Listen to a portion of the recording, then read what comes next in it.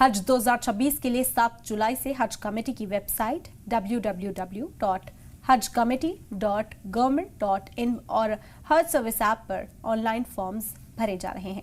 सफर हज के लिए अप्लाई करने की तारीख 31 जुलाई तय की गई है।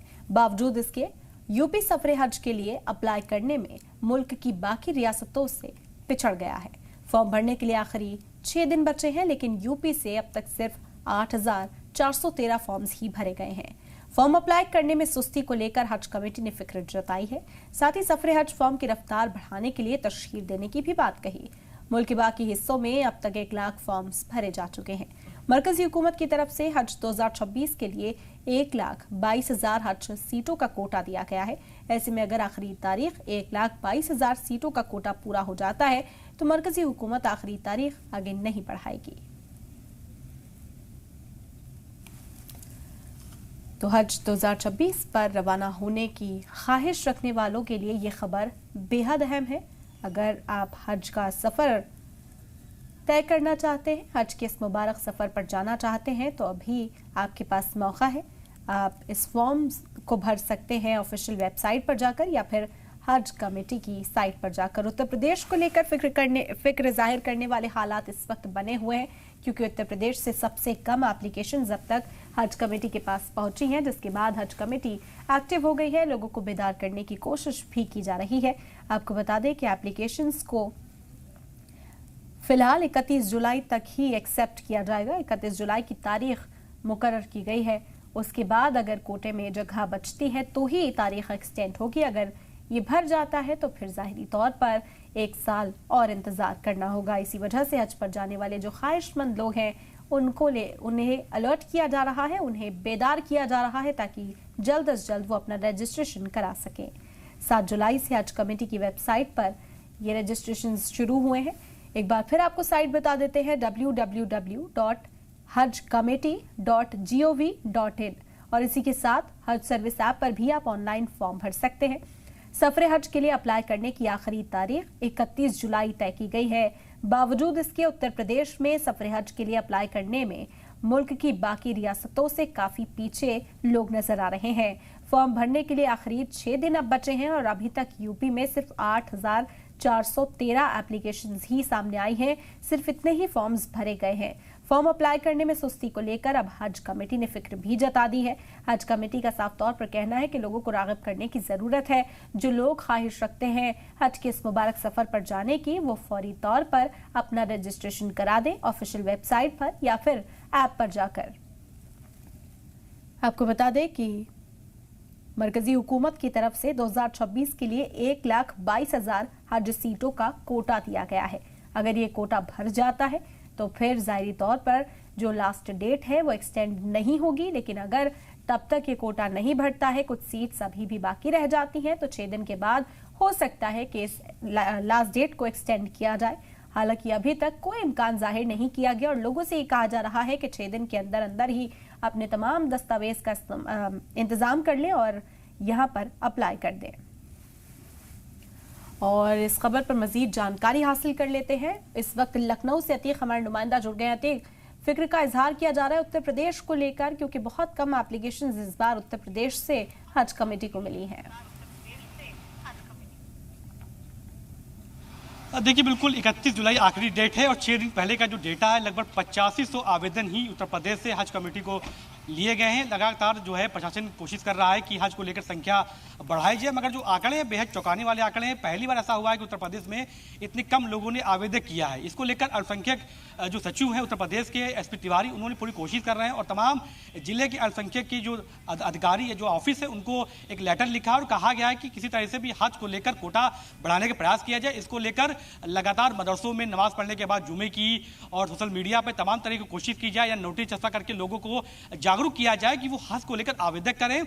आपको बता दें कि पूरे भारत में हालांकि और राज्यों को मिलाकर लगभग 1,22,000 आवेदक इस बार सऊदी हुकूमत ने दिया है अब इंडिया को। इसको लेकर कोशिश की जा रही है कि लगभग 1,22,000 आवेदक पूरे भारत से, उत्तर प्रदेश के जो कोटा मिला है उसको लेकर 31 जुलाई तक के लोगों को आवेदक अपना कर दे, जिससे उनको कोई दिक्कत न हो। अगर 1,22,000 लोग आवेदक कर देते हैं तो आगे ये तिथि बढ़ाई जाएगी नहीं, मगर कोशिश की जा रही है कि अगर लोग आवेदक नहीं कर पाते हैं, जिस तरह से लगातार कोशिश की जा रही है कि लोग आवेदन करें, उससे पूरा ये की जा रही है कि अगर कोई आवेदन नहीं कर पाता तो इस तिथि को आगे बढ़ाने की कोशिश की जा रही है। जी बिल्कुल। और किस तरह से बेदार फिर किया जा रहा है, क्या यहाँ पर परेशानियां पेश आ रही हैं, लोगों से क्या बातचीत कर पाए? हज कमेटी का क्या मानना है कि क्यों इतने कम एप्लीकेशंस इस बार मिले हैं उन्हें? देखिए, बात करें अगर उत्तर प्रदेश की, उत्तर प्रदेश में हज विभाग ये कोशिश कर रहा है कि इस बार प्रचार प्रसार में कमी रह गई है, जिससे लोगों को ये जानकारी नहीं हो पा रही है कि 31 जुलाई ही लास्ट डेट है। लोगों को लग रहा है कि ये जो डेट हर बार बढ़ाई जाती है, इसको बार भी हज को लेकर डेट बढ़ाई जाएगी, इसलिए लोग आवेदक करने में दिक्कत कर रहे हैं। सबसे बड़ी बात निकल के सामने जो आ रही है कि ऑनलाइन आवेदक हो रहा है, लोगों को वेबसाइट के बारे में जानकारी नहीं है, कैसे आवेदन किया जाता है, लोग साइबर कैफे से आवेदन कराएंगे। इसको लेकर पूरी कोशिश की जा रही है कि सोशल मीडिया के माध्यम से और तमाम तरीकों से, चाहे सोशल मीडिया पे या नोटिस चर्चा करके या विज्ञापन निकाला जाए या मदरसों में जाकर लोगों को जागरूक किया जाए, या जो जिले के अल्पसंख्यक आयोग के ऑफिस है वहां पर लोगों को बुला के जागरूक किया जाए कि जिसको भी हज के लिए आवेदन करना है 31 जुलाई ही लास्ट डेट है, इसके बाद आपका आवेदन नहीं हो पाएगा। तो पूरी कोशिश की जा रही है कि उत्तर प्रदेश में जितना हज का कमेटी का जो कोटा मिला है उसको भरा जाए। अगर नहीं भरा जाएगा तो सऊदी हुकूमत से बात करके इसको आगे बढ़ाने की कोशिश की जाएगी। बिल्कुल अतीक, ये भी कहा जा रहा है कि नई गाइडलाइंस का भी असर हो सकता है कि आप छोटे बच्चों को लेकर नहीं जा सकते, जो बुजुर्ग हैं वो किसी साथी के साथ या किसी देखभाल करने के बिना नहीं जा सकते हैं। तो क्या नई गाइडलाइंस का भी असर लोगों पर पड़ेगा और हज के सफर पर पड़ेगा?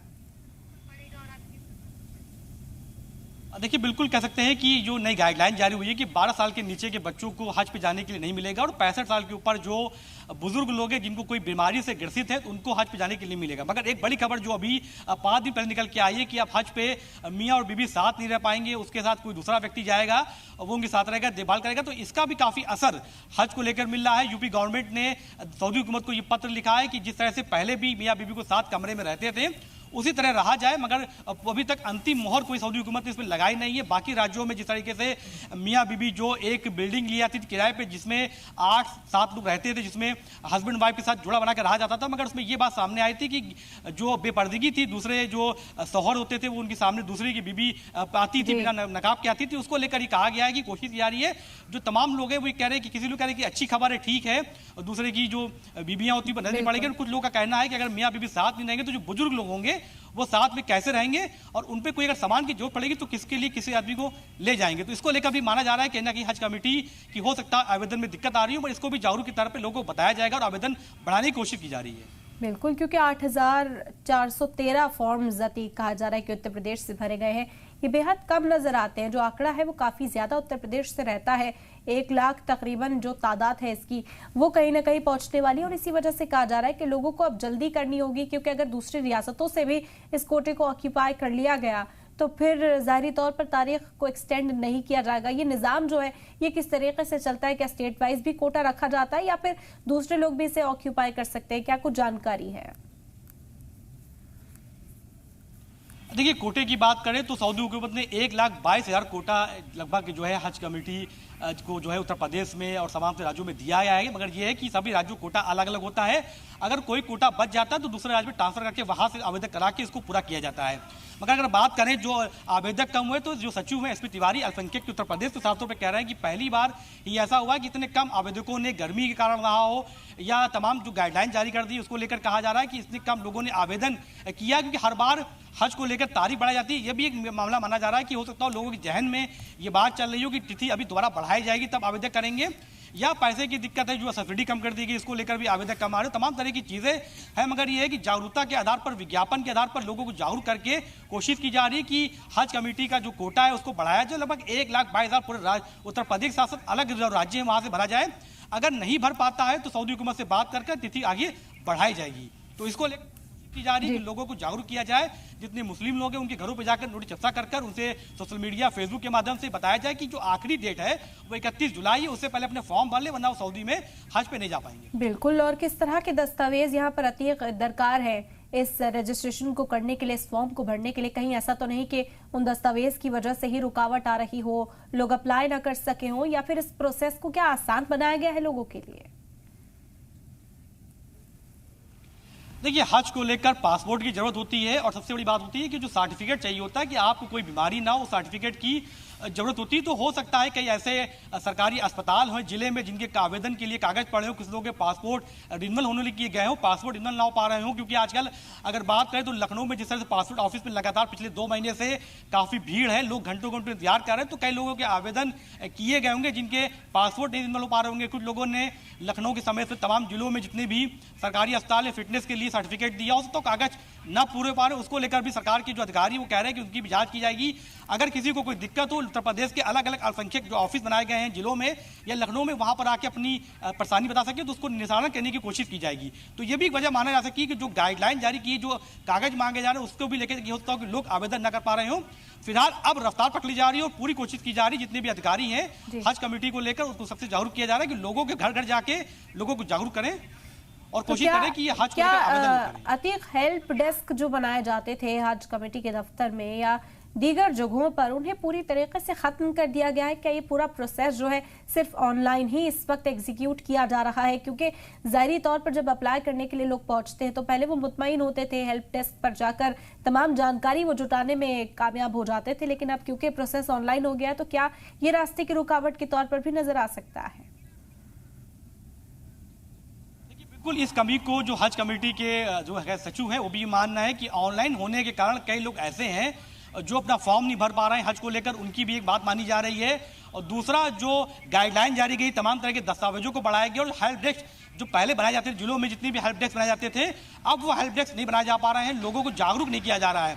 अभी तमाम ऐसे मुस्लिम लोग उत्तर प्रदेश में, क्योंकि बड़ी आबादी उत्तर प्रदेश है, 75 जिले हैं, अन्य राज्यों के मुताबिक देखा जाए सबसे ज्यादा मुस्लिम उत्तर प्रदेश में रहते हैं, ये भी आंकड़ा माना जा रहा है। तो लोगों को जागरूकता की जरूरत है। अभी लोगों को ये जानकारी नहीं हो पा रही है कि 31 जुलाई लास्ट डेट है, क्योंकि हज पे जाने के लिए बकरीद में लोग जाते हैं अगले साल।